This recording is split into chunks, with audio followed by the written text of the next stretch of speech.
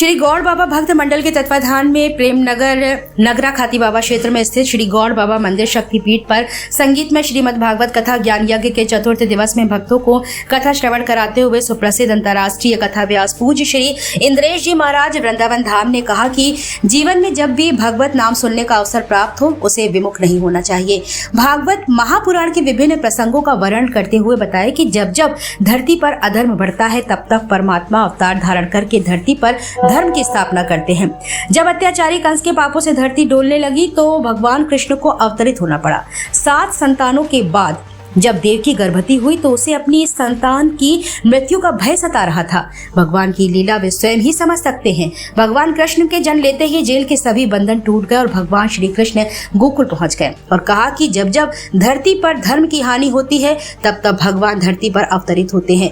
जैसे ही कथा के दौरान भगवान श्री कृष्ण का जन्म हुआ, पूरा पंडाल जयकारों से गूंजने लगा और भक्तों ने नाच कूद कर नंदोत्सव मनाया कि भगवान श्री कृष्ण का जन्मोत्सव धूमधाम से मनाया गया। कृष्ण जन्म के प्रसंग शुरू होते ही पंडाल में मौजूद श्रद्धालु नंद के घर आनंद भया जय कन्हैया लाल की भजनों के साथ झूम उठे। वहीं श्रद्धालुओं ने आतिशबाजी कर मक्खन मिश्री के प्रसाद का भोग लगाकर वितरित किया तथा इस अवसर पर भागवत आरती मुख्य रूप से धर्मगुरु आचार्य हरिओम थापक जी महाराज, श्रीमती शांति सत्य प्रकाश शर्मा माता जी, पंडित रवि शर्मा सदर विधायक, संजीव श्रृंगी ऋषि जिला प्रभारी महोबा भाजपा, पंडित अनिल सुडेले, पंडित मैथिली शरण मुदगिल, राजीव सिंह एसडीएम भिंड, जय सिंह निरीक्षक ग्वालियर, राम आश्रय गुप्ता, विवेक पाठक, राम बाबू यादव नन्ना, कपिल बिरसैनिया, महेश राय, धीरज मिश्रा, पवन सेन, नितिन चतुर्वेदी, पुष्पेंद्र दुबे, आदेश चतुर्वेदी, आलोक शास्त्री, प्रवीण शास्त्री, हरिओम शास्त्री, हृदय चतुर्वेदी, रानू महाराज सहित आदि भक्तगण ने की और संचालन पंडित सियाराम शरण चतुर्वेदी गुरुजी मुख्य संचालक ने किया। अंत में आभार आचार्य विनोद चतुर्वेदी जी महाराज मुख्य संयोजक ने किया। ठाकुर जी आते हैं सदगुरु के रूप में। आओ आप सब लोग भी अपने अपने सदगुरु का स्मरण करो और जिनके कोई सदगुरु नहीं है वो हमारे ठाकुर जी का स्मरण करो। कृष्णम वंदे जगत गुरुम, सबसे बड़े गुरु तो यही है। मैं अपनी कथाओं में कहा करता हूँ ठाकुर जी से 2 संबंध बनाओ। यदि हो सके तो भगवान को 2 रूपों में देखो, या तो मित्र के रूप में देखो या गुरु के रूप में देखो। दिल में न जाने सतगुरु क्या रंग भर दिया, दिल में न जाने सतगुरु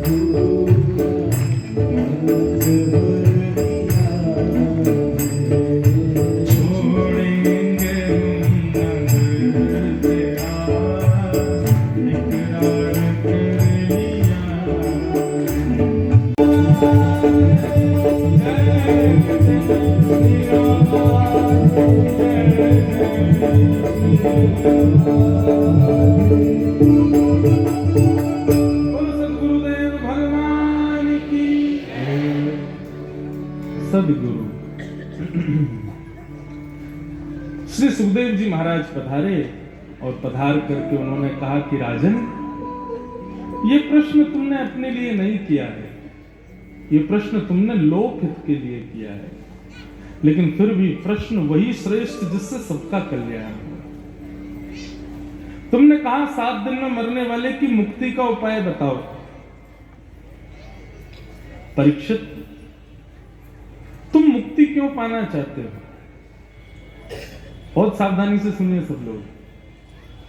परीक्षित, तुम मुक्ति की कामना क्यों रखते हो?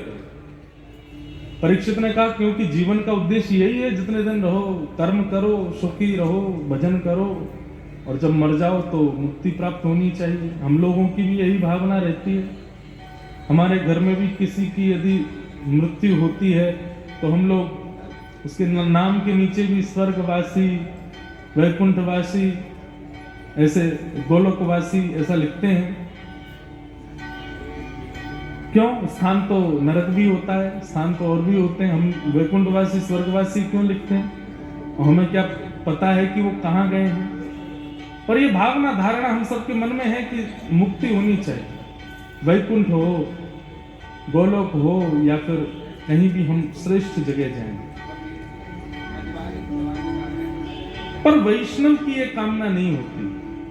वैष्णव का मतलब भक्तों की ये कामना नहीं होती कि हमको मुक्ति मिले। आप कहेंगे तो उनकी कामना क्या होती है?